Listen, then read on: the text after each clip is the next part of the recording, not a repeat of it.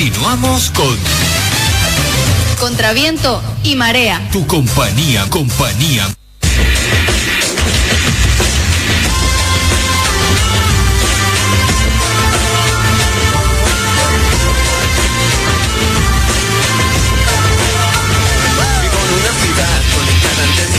Donde la gente de diferentes lugares traman historias que acaban transformándose en planes tan fuertes como las verdades. Hablo de bares, hablo de jardines, hablo de puentes que unen a la gente corriente y los transforma en algo más que una realidad para convertirlos en eternidad. Ciudadanos de un lugar llamado mundo. Continuamos aquí en Radio Oriental 96.1 en tu programa Contraviento y Marea, esta revista informativa y de opinión que se emite todos los días de lunes a viernes de 7 a 9 de la mañana. Nos puedes escuchar a través de la web www.radioyambae.com. Nuestro número de teléfono es el 333-7194 y contamos con la línea de WhatsApp 785-44-515. Te lo repito, 785-44-515. A su vez, puedes darle like o un me gusta a nuestra página en el Facebook Contraviento y Marea 96.1, donde diariamente subimos noticias, puedes hacer comentarios, sugerencias e interactuar con nosotros a través de las redes sociales. En un esclarecedor ensayo de 1965, el historiador Josh Pound escribió sobre los guerrilleros. Formuló allí una serie de ideas que hacen posible entender mejor a esas criaturas subversivas. Así, el destacado intelectual que ya falleció sostuvo que la conversión se producía cuando algunas condiciones eran cumplidas. Lo primero que tenía que pasar para que alguien se vuelva guerrillero o revolucionario, si ustedes quieren, es concebir una sociedad perfecta. Después, luego de haberse imaginado esa perfección, debía comparársela con la que se tenía actualmente. Por supuesto que uno nota imperfecciones, tiene una sociedad ideal y frente a él una realidad que dista mucho de ser perfecta, sublime, deseable, ejemplar. Por último, gracias a las ideologías más diversas, se podría tener la convicción de que uno es capaz de conseguir ese objetivo que es cristalizar el sueño de una sociedad ideal. Y además se descartaría cualquier otra alternativa. Una vía entonces para conseguir que el sueño del guerrillero se convierta en realidad es la violencia, y esta es la convicción que ha logrado cautivar a muchos latinoamericanos, quienes han combinado marxismo con los montes, el terrorismo urbano, también rural, para tratar de alcanzar los más caros objetivos desde su perspectiva y acabar con el capitalismo. El marxismo guerrillero ha tenido a muchos representantes en Latinoamérica, ha contado con variados engendros y trataremos de analizar algunas de las ideas que han sostenido a estos individuos cuando trataron de buscar un panorama mucho más deseable desde su perspectiva ideológica. Para ello nos acompañan vía Skype desde La Paz Jorge Roberto Márquez, politólogo, columnista de opinión, también Cristian González, politólogo, Alejandro González, politólogos, todos personas dedicadas a las tareas intelectuales y por supuesto cuyos juicios son relevantes para entender diferentes aspectos de este asunto que sin duda tiene todavía importancia. Y vamos a partir, como no, con alguien que sirve para resumir muchas de las tonterías y actuaciones que se han llevado adelante en América Latina durante las últimas décadas. Nosotros tenemos que decir aquí lo que es una verdad conocida y la hemos expresado siempre ante el mundo. Fusilamientos, sí, hemos fusilado, fusilamos y seguiremos fusilando mientras sea necesario. Nuestra lucha es una lucha a muerte. Nosotros sabemos cuál sería el resultado de una batalla perdida y también tienen que saber los gusanos cuál es el resultado de la batalla perdida hoy. No era otro que Ernesto Guevara La Serna, venerado por varias personas y cuya imagen se usa actualmente hasta para solicitar la creación de mercados populares ese individuo era quien hablaba en favor de la muerte, postuló que se debía crear 1, 2, 3, 100 Vietnam, y por supuesto muchos individuos no vacilaron cuando les llegó el momento de emularlo, escribiendo también diarios patéticos y tratando de transformar así sus sociedades. Jorge Roberto Márquez, muy buenos días, gracias por estar una vez más en Contra Viento y Marea. Buenos días, Enrique. Buenos días, Mauricio, Fred y a toda tu audiencia. Es importante tocar este tema, en especial lo que es el marxismo latinoamericano, porque es una especie de homúnculo muy raro. Hay que tener en cuenta que los padres fundadores, si es que dar ese título más allí, podemos poner y demás grandes pensadores revolucionarios, no tomaba en cuenta para nada el nuevo mundo. Peor es más dejó de lado América Latina. De hecho, casi todo el continente americano le dio la más mínima importancia. Los grandes pensadores marxistas eran demasiado groseros, porque la idea pensaba en que debería ser una revolución industrial tal y tan fuerte de que el proletariado sí iba a levantar en armas y la revolución. De hecho, Marx pensaba que la revolución se iba a dar en Inglaterra, y cuando se da y cuando sabe que hay estos Rusia y demás, se molesta un poco porque Rusia es un país demasiado rural con industria. Bueno, aquí llega el marxismo Latinoamérica a clases de dirigentes y directivos, de jóvenes de muy buenas familias que tenían posiciones económicas bastante cómodas. Además, estamos en un continente que en la mayoría de los casos es ampliamente rural, y son estas élites, estas entre comillas oligarquías, donde los hijos de los terratenientes, políticos y demás abrazan mucho cariño a estas ideas revolucionarias. Esto es la Segunda Internacional, con una fe increíble en lo que tiene que ver la crisis y lo que es humano. Otra particularidad es que el marxismo en América Latina tiene cosas raras, como el nacionalismo que está de por medio, ¿no? Uno es revolucionario, socialista, internacionalista, pero al mismo tiempo tiene la capacidad de amar a su patria, a su terruño, a su ciudad, a cambiarla a partir de la revolución y demás cosas que tienen que ver con un nacionalismo bien marcado y un socialista revolucionario. Volviendo al tema de Marx tiene, donde toca algo de Latinoamérica, es un ensayo que se llama Bolívar, donde habla de la figura del libertador Simón Bolívar, donde el libertador queda muy mal parado. Para Marx, Bolívar era una especie de traidor que después de apresar a Miranda, ayudar a que lo apresen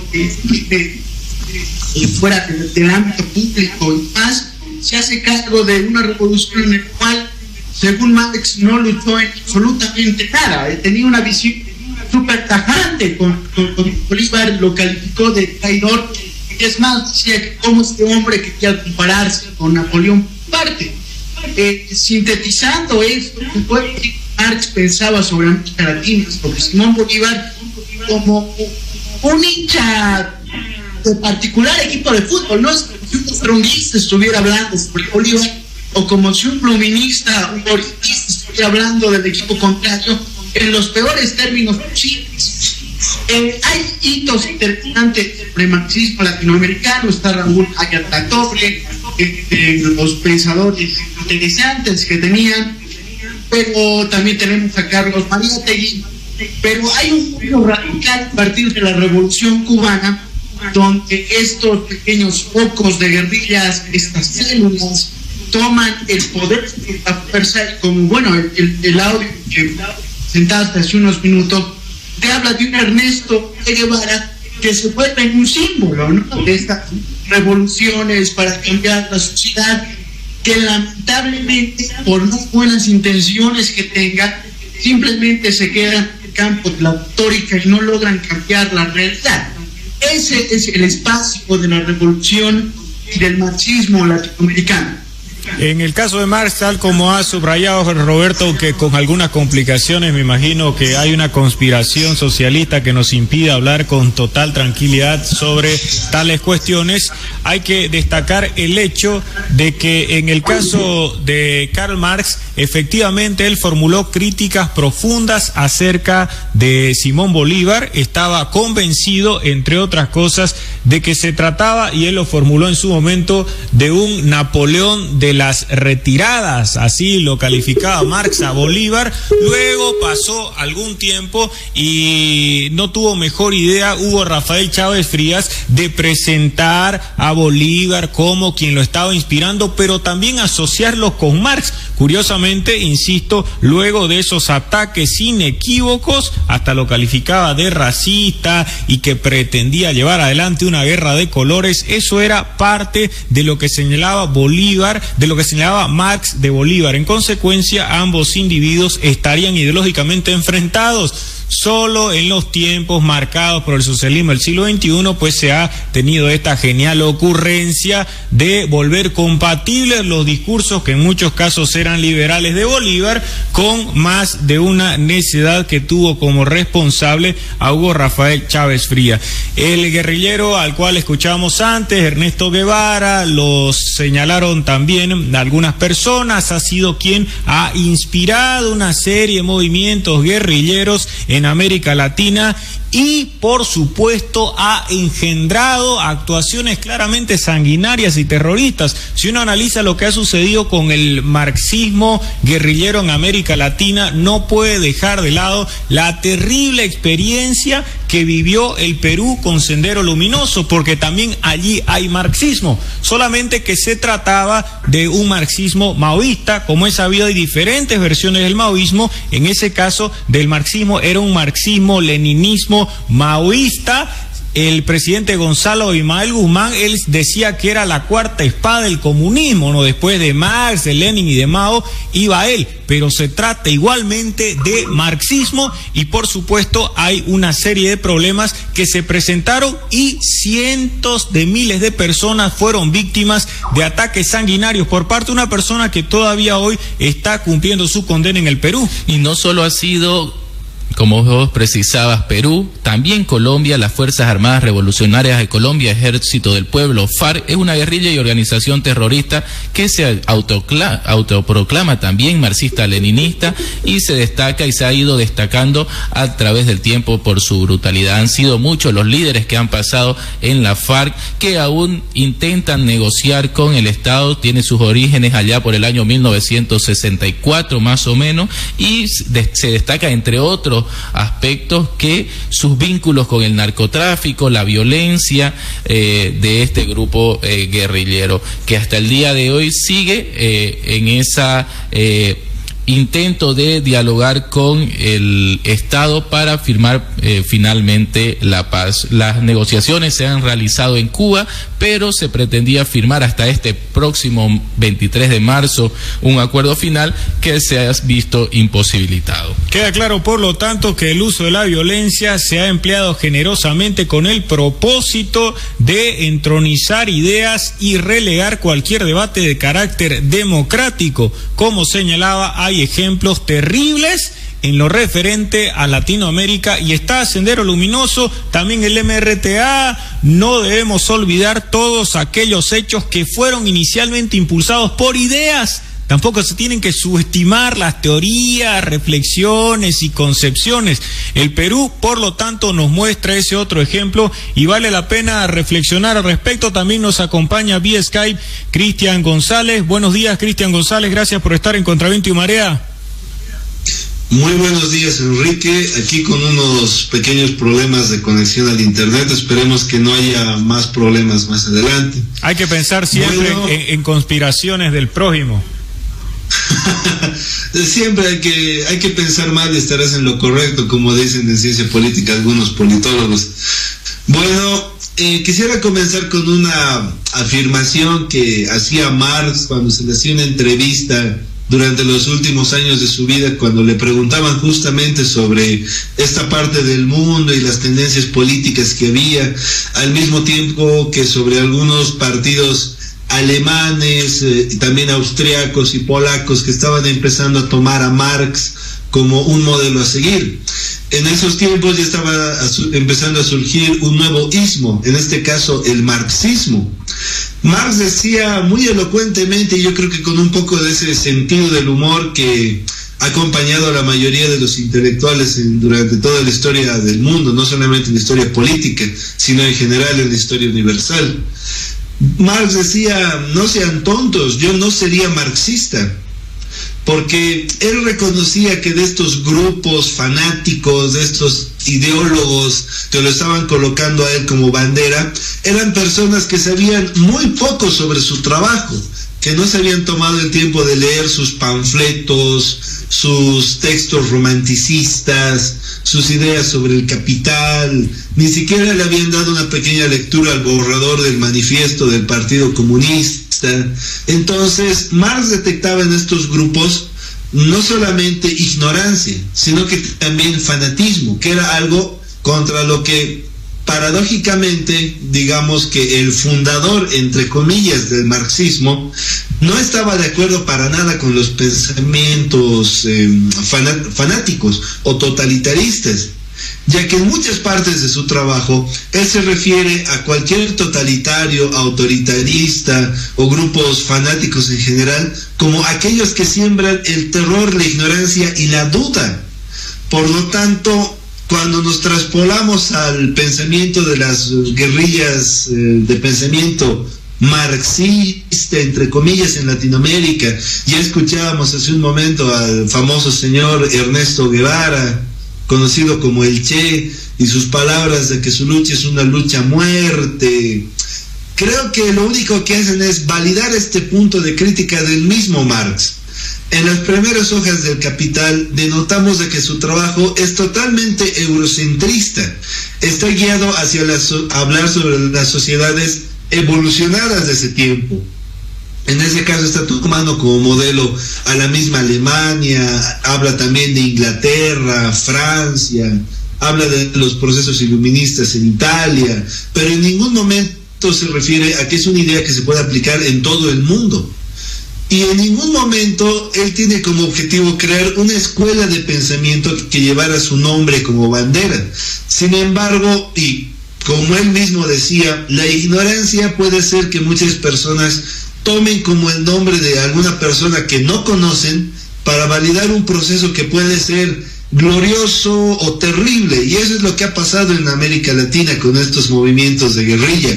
Un buen ejemplo, ya hablamos de Sendero Luminoso, ya hablamos de lo que pasó un poco en Cuba, de lo que voy a hacer un comentario gracioso al final de esta intervención.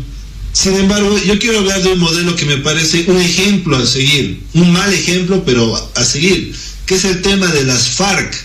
Se han llegado a acomodar de tal forma en el mundo que durante mucho tiempo, e incluso en la actualidad, cuentan con representación internacional como una especie de estado sui generis. Han llegado básicamente a adueñarse de territorio colombiano bajo la excusa de la liberación, de los ataques en contra del imperio, pero al mismo tiempo, y lo que es bien conocido de las FARC, la verdadera cara que tienen, vemos la cantidad de drogas que producen, el tráfico de armas, el secuestro de personas, la cantidad de soborno. Y son solamente algunos de los hechos que son asociados con las FARC y que por supuesto merecerían el repudio más categórico de muchas personas que ante todo rechazan los ataques a los derechos fundamentales y el agravio que sufren incontables individuos como consecuencia de secuestros, actos terroristas, en definitiva, del uso de la violencia con fines políticos. Y es todavía una labor que está pendiente de cumplimiento, la de identificar responsables y evitar que muchos de sus crímenes absolutamente repudiables queden amparados por la falta de castigo, porque la impunidad es una de las víctimas en estos acontecimientos que lamentablemente han tenido presencia, y todavía en América Latina, Mauricio, sigue este problema de las guerrillas. Se produjo hace algunos años el levantamiento zapatista en México y hay aún la posibilidad de que se discuta acerca de sus postulados. Fue en principio destacado ese acontecimiento por intelectuales como Carlos Fuentes y Octavio Paz. Después se percataron de que en realidad, más allá de las reclamaciones legítimas del mundo indígena en México, se trataba de una experiencia que procuraba identificar al capitalismo como la fuente inagotable de pesadillas y males para la humanidad.